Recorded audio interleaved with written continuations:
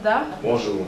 Concrètement, c'est quoi le choléra? Le choléra est une diarrhée aiguë et continue provoquée par une bactérie appelée le Vibrio cholérique, qu'on retrouve généralement dans les déjections, les eaux souillées, en gros dans un environnement insalubre. Vous avez par exemple des enfants qui vont faire des besoins au bord de la route, dans les eaux, dans les ruisseaux. Vous avez aussi des latrines qui sont mal construites et mal entretenues. Tout ceci contribue à avoir un environnement insalubre pouvant provoquer le choléra. Comment peut-on attraper le choléra? Le choléra peut s'attraper de plusieurs manières.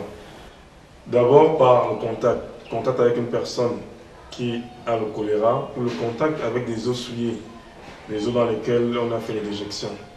Il s'attrape aussi par la consommation d'une eau qui n'a pas été traitée ou par la consommation d'une eau qui n'est pas potable. On peut citer l'eau des pluies, l'eau des puits, l'eau des sources qui sont situées à côté des latrines. Donc ceci va contribuer justement à avoir un mélange de latrines et de l'eau de ces sources. Les aliments qui n'ont pas été nettoyés au préalable. Nous avons l'exemple de ces personnes qui vont ramasser des fruits qui sont tombés des arbres et directement les consommer sans les avoir nettoyés. Voilà comment on peut attraper le choléra.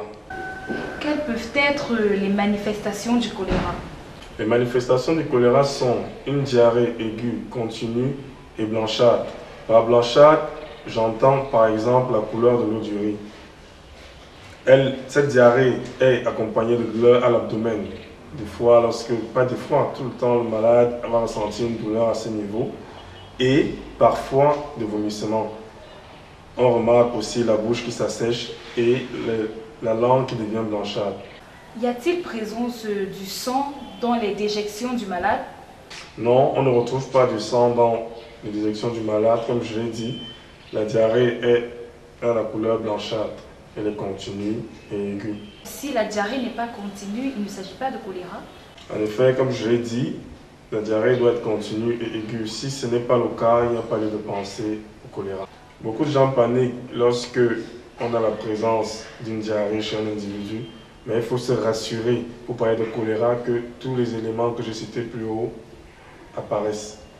Alors, docteur, que peut-on faire en urgence face à un malade de choléra? Surtout ne paniquez pas. Même si vous êtes loin d'un hôpital, il y a des gestes très simples. Et le premier de ces gestes, c'est de réhydrater le malade. Parce que comme on l'a dit plus haut, le malade perd beaucoup d'eau. Donc il faudrait remplacer cette eau en le réhydratant. Et ceci de passer par soit vous lui donnez une boisson gazeuse, soit vous composez vous-même votre solution d'hydratation. Dans 1 litre d'eau, vous ajoutez le jus d'un demi-citron, 4 morceaux de sucre et une cuillère à café de sel. Il est à noter que cette solution, vous ne pouvez pas la conserver plus de 24 heures. Et la principale chose, c'est de toujours réhydrater le malade.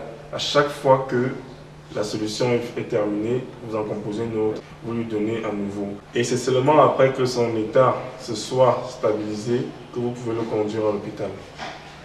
Alors dites-nous, docteur, que ne faut-il surtout pas faire face à un malade de choléra? Face à un malade de choléra, il ne faut surtout pas entrer en contact direct avec ses déjections. Par déjection, j'entends ses vomissements et sa diarrhée. C'est pourquoi il faut toujours mettre des gants. Ça, c'est la première chose. La deuxième chose, c'est qu'il faut lui réserver des latrines et désinfecter ses vêtements. Et s'il arrive que le malade décède, il faut l'enterrer immédiatement parce que la décomposition de son corps peut entraîner une épidémie. Comment faire pour éviter le choléra? Pour éviter le choléra, il faut systématiquement se laver les mains avant et après les repas. Il faut éviter d'entrer en contact avec les surfaces sales ou les objets souillés. Nous avons l'exemple des enfants qui vont tout le temps jouer dans la poussière. Ensuite, ils vont directement consommer des aliments sans se laver les mains au préalable ou directement mettre leur main dans leur bouche.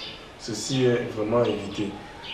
Ensuite, il faut prendre soin de ces canalisations, bien les aménager et surtout avoir des latrines propres. Et enfin, il faut consommer et utiliser de l'eau potable. Comment faire lorsqu'on n'a pas toujours accès à de l'eau potable? Ceci peut passer par des gestes simples. Soit vous pouvez chauffer de l'eau à 100 degrés, la laisser refroidir avant de la consommer, soit vous pouvez la javeliser.